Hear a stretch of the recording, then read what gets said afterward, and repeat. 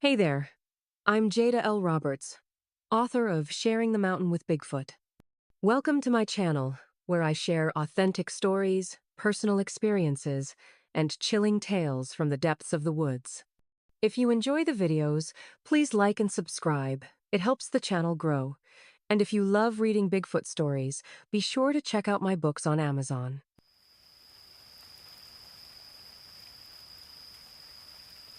It was in the year 1956, and I was 11 years old. I have 8 siblings, and I am the 5th from the oldest.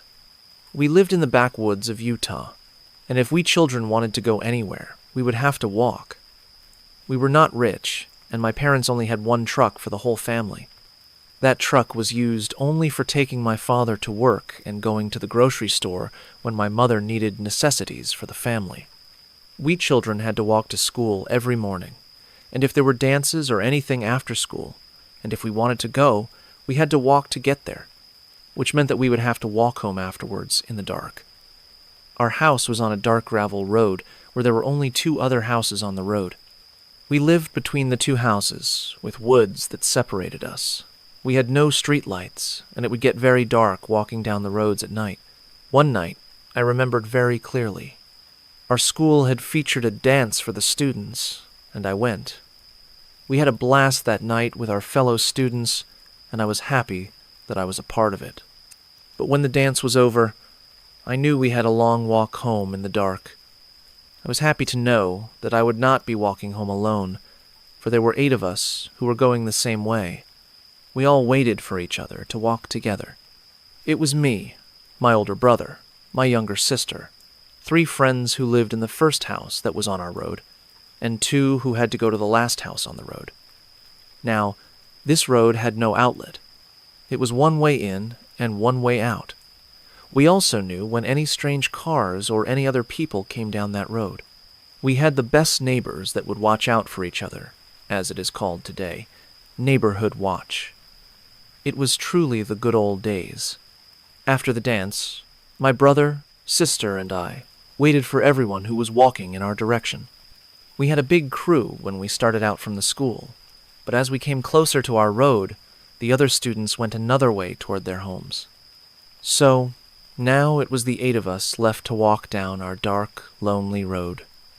The moon was bright that night, and when our eyes adjusted to the dark, it was easy to see for a short distance in front of us.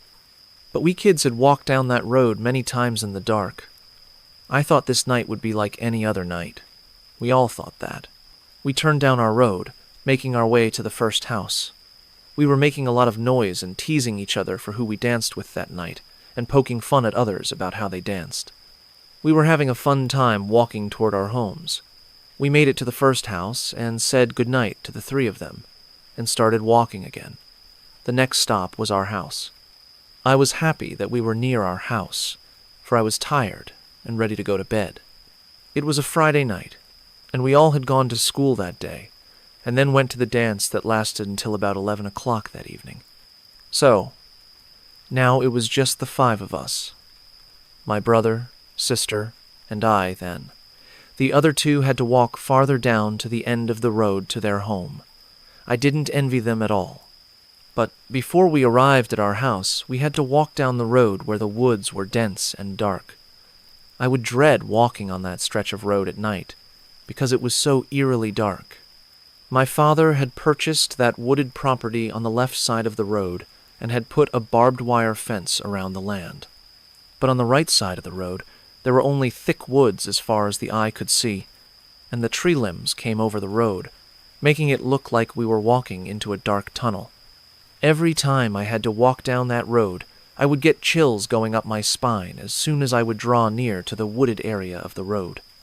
I think it was because of the woods on both sides of the road, but to me it seemed to be a haunted place. It didn't help when my older brother would tease me when we were closer to the area.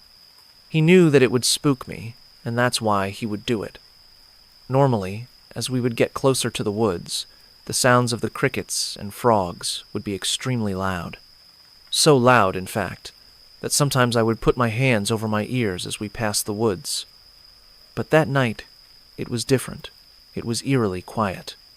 I also noticed that my brother was not teasing me about going through the wooded tunnel of trees. He was quiet himself. At the time, I wasn't going to ask why he was so quiet. I was only relieved that he wasn't trying to scare me. But I did notice that he looked a little tense and kept looking around and behind him as if something was following us. With the woods being eerily still, my brother not being himself and looking a little frightened, and the other kids that was with us were not talking as usual, I started to feel frightened even more. We started toward the tunnel of woods when we started to smell something that I had never smelled before. It smelled of rotten flesh mixed with a terrible musky odor that made me want to gag. It was very strong.